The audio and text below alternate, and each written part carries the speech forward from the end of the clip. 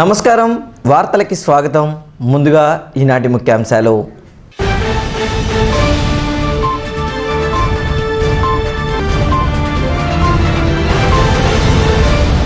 పోరంకిలో అగ్ని ప్రమాదం హోటల్ నుంచి మంటలు వ్యాపించి ఫర్నిచర్ షాపు దగ్ధం 4 లక్షల మేర ఆస్తి నష్టం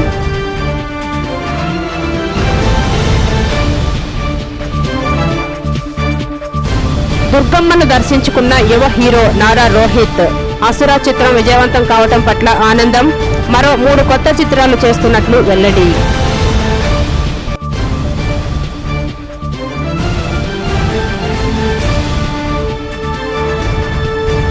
స్థానిక సంస్థల శాసనమండలి ఎన్నికల కోసం నోటిఫికేషన్ విడుదల ఈ నెల 16వ తేదీ వరకు నామినేషన్లు స్వీకరిస్తారన్న కలెక్టర్ బాబుయే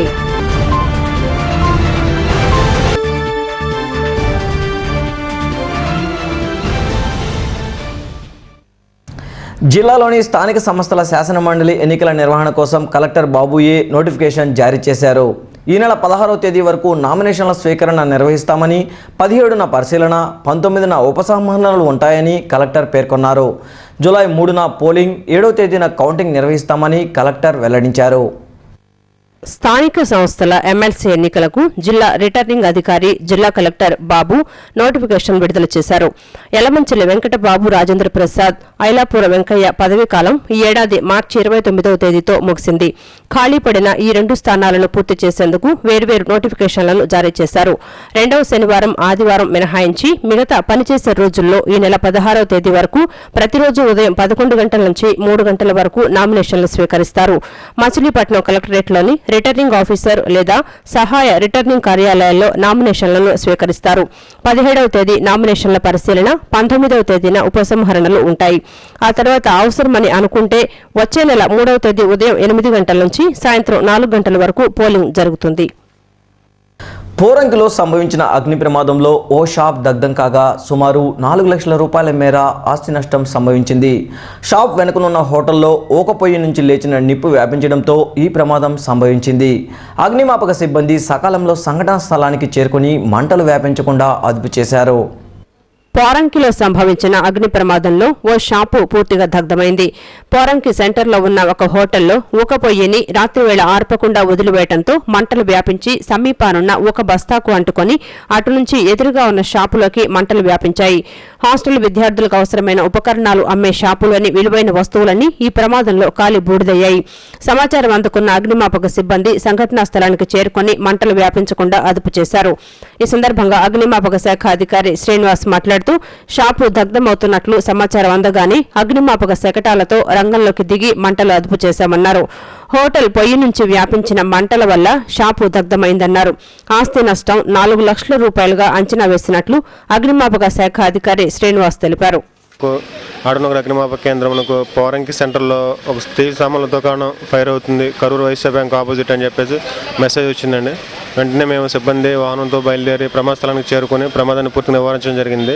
కానీ స్టీల్ సామాన్ షాప్ అవడం, అందులో పరుపులు, కంబస్టబుల్ మెటీరియల్ ఎక్కువగా ఉండడంలో ప్రమాద తీవ్రత ఎక్కువగా ఉండి ప్రమాదం ఎక్కువగా జరిగింది. సో దాన్ని పక్కకి వ్యాపించకుండా వెంటనే కంట్రోల్ చేయడం అయితే జరిగింది. ప్రాథమిక సమాచారాన్ని బట్టి షాపు యజమాని చెప్పిన వివరాల ప్రకారం సో షాపు వెనకాల మెస్ ఒకటి రన్ చేయడం వలన, వాళ్ళు పెద్ద పెద్ద పొయ్యిలు పెట్టి రన్ చేయడం వల్ల అనుపురావులు వచ్చి షాపు మీద పడి అంటుకునే ప్రమాదం జరిగిందని ప్రాథమికంగా షాప్ యజమాని చెప్పారు. సో దీనికి సంబంధించి పై అధికారులు కూడా సమాచారం అందించడం జరిగిందండి. సో పూర్తి విచారణ చేసి పోలీసు వారు కూడా ప్రమాద స్థలానికి అటెండ్ అవ్వడం జరిగింది. దీని మీద పూర్తి విచారణ చేసి ప్రమాదం ఎలా జరిగిందనే విషయం మీద నివేదిక తయారు చేసి దాన్ని మా పై అధికారులు పంపించి తగు చర్యలకు సిఫారసు చేయగలం.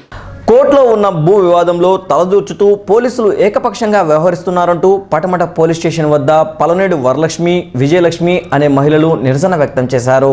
అంతకుముందు ఉదయం civil court, Ben circle, Ramavarapadu ring తదితర ప్రాంతాలలో పటమట సీఐకి వ్యతిరేకంగా కరపత్రాలు ముద్రించి పంపిణీ చేశారు.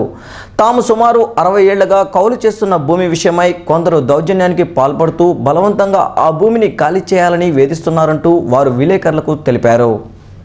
పటమట సీఐ దామోదర్ తెలిపిన వివరాల ప్రకారం రాంవరపాడుకు చెందిన వెలగపూడి శ్రీనివాసరావుకు చెందిన ఎకరం 66 సెంట్ల భూమిని అదే ప్రాంతానికి చెందిన పలనేడు నరసింహారావు కౌలు చేస్తున్నాడన్నారు. గత 5 ఏళ్ల క్రితం ఈ భూమిని ఖాళీ చేయాలని శ్రీనివాసరావు కోరటంతో నరసింహారావు కోర్టుకు వెళ్లి ఇంజెక్షన్ ఆర్డర్ తెచ్చుకున్నాడు. ఆ తర్వాత కొమ్మ కోటేశ్వరరావు తదితరులు ఆ భూమిని గుంటూరు జిల్లా వాసుల నుంచి కొనుగోలు చేశారన్నారు. తాము కొన్న భూమి నుంచి ఖాళీ చేయాలని కోటేశ్వరరావు నరసింహారావును కోరగా దానికి అతను సమ్మతించలేదన్నారు. దీనితో గత 5 ఏళ్లుగా ఈ విషయం కోర్టులో నడుస్తోందని తెలిపారు.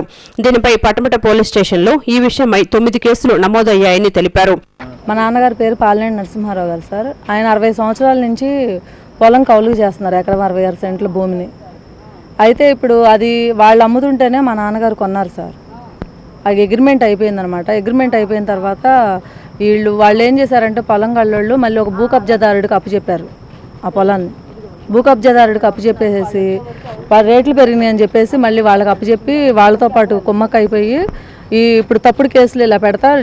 మొన్న 2014 డిసెంబర్ 14వ తేదీన మా తమ్ముడు ఫణికుమార్ని తప్పుడు కేసు పెట్టి తీసుకొని వచ్చారండి స్టేషన్కి.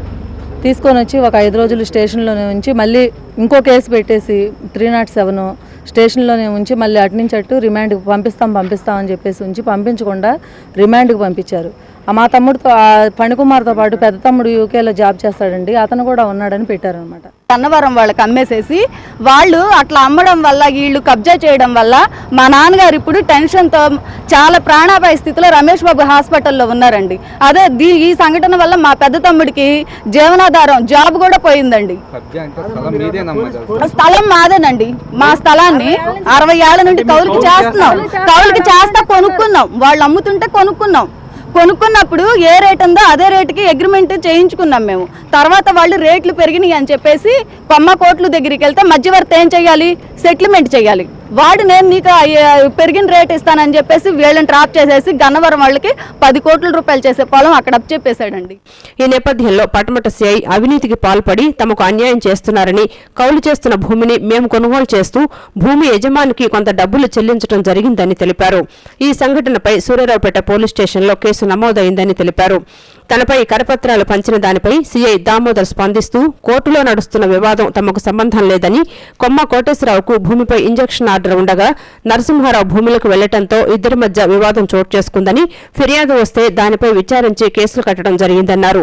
కరపత్రాల పంపిణీలో పేర్కొన్న ఆరోపణలపై విచారణ జరిపించి దానిని బట్టి చట్టపరమైన చర్యలు తీసుకోవడం జరుగుతుందని సిఐ దామోదర్ తెలిపారు.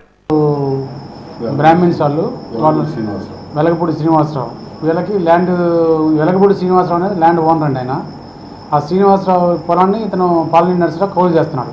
ఎప్పటి నుంచో చేస్తున్నాడు. 3 ఎకరాల 66 సెంట్ల భూమి అది. 2 ఎకరాలు ఆల్రెడీ ఆ వెలగపూడి శ్రీనివాసరావు అమ్ముకున్నాడు వేరే వాళ్ళకి. ఇంకా 1.66 సెంట్ల ఎకరాల భూమి ఉంటే ఆ భూమిని ఇతను కొద్ది రోజులు కౌలు చేసిన తర్వాత అతనికి మరి దేనికి తేడా వచ్చిందో వేరియేషన్ చేసి తర్వాత ఈ వెలగపూడి శ్రీనివాసరావు అనే అతను ఫస్ట్ ఇతనికి అమ్మితే అతను ప్రాపర్ డబ్బులు కట్టకపోతే అది అగ్రిమెంట్ క్యాన్సిల్ చేసుకొని దాని తర్వాత ఆ భూమిని ఆ ఊర్లోనే ఒక అతనికి కొమ్మ కోట్లను ఉన్నాడు, అతనికి అమ్ముకున్నారు. ఆ కొమ్మ కోట్లు మరి దాని తర్వాత దాని మీద 4 అమ్ముకున్నాడు ఊళ్ళో, ఆ విలేజ్లో ప్రసాదంపాడు విలేజ్. దాని తర్వాత వీళ్ళు కోట్లు వేసుకున్నారు. స్టిల్ కోర్టులో పెండింగ్ ఉంది. ప్రజెంట్ ఆ కొమ్మ కోట్లు అనే అతనుకి ఇంజక్షన్ ఆర్డర్ వచ్చింది. ఆ ఇంజక్షన్ ఆర్డర్ మీద వీళ్ళు ఒక 4-5 ఇయర్స్ నుంచి గొడవ పడుతున్నారు. యువ హీరో నారా రోహిత్ దుర్గమ్మను దర్శించుకున్నారు. దుర్గమ్మకు ప్రత్యేక పూజలు నిర్వహించారు. అసుర చిత్రం విజయవంతం కావడం సంతోషంగా ఉందన్న రోహిత్ ఈ ఆనందాన్ని ప్రేక్షకులతో పంచుకునే ఉద్దేశంతో విజయవాడ వచ్చినట్లు తెలిపారు. యువ హీరో నారా రోహిత్ నటించిన అసుర చిత్ర యూనిట్ విజయవాడ వచ్చిన సందర్భంగా దుర్గమ్మను దర్శించుకుంది. చిత్ర కథానాయకుడు నారా రోహిత్, నిర్మాత శ్యామ్, దర్శకుడు కృష్ణ విజయ్ తదితరులు అమ్మవారిని దర్శించుకుని ప్రత్యేక పూజలు నిర్వహించారు. అనంతరం నారా రోహిత్ మాట్లాడుతూ అసుర చిత్రం విజయవంతమైన సందర్భాన్ని పురస్కరించుకుని దుర్గమ్మను దర్శించుకోవడం ఎంతో సంతోషంగా ఉందన్నారు. ఈ చిత్రానికి ప్రేక్షకుల నుంచి విశేష స్పందన లభిస్తోందని అన్నారు. విశాఖ నుంచి బయలుదేరి అన్ని ప్రాంతాల్లో ప్రేక్షకులను కలుసుకుంటున్నామన్నారు. పండుగలా వచ్చాడు, అప్పటిలా ఒకడున్నాడు వంటి చిత్రాలతో త్వరలో మళ్లీ ప్రేక్షకుల ముందుకు రానున్నట్లు ఆయన వివరించారు. అసురాజ్ టీమ్ ఇవాళ అమ్మవారి గుడి దగ్గరికి వచ్చామండి. సినిమా హిట్ అయింది. సో అందరం సక్సెస్ టూర్ చేస్తున్నాం వైజాగ్ నుంచి. సో ఇవాళ అమ్మవారి బ్లెస్సింగ్స్ తీసుకోవడానికి ఇక్కడికి వచ్చాం. సో చాలా హ్యాపీగా ఉంది. విజయవాడలో ఎప్పుడు మంచి రెస్పాన్స్ వస్తుంది సినిమాకి. ఈ సినిమాకు చాలా మంచి రెస్పాన్స్ వచ్చింది. So very happy and I need to thank audience for giving me such a big hit and అమ్మవారి బ్లెస్సింగ్స్ ఇప్పుడు మా మీద ఉంటాయని ఆశిస్తున్నాను. Thank you.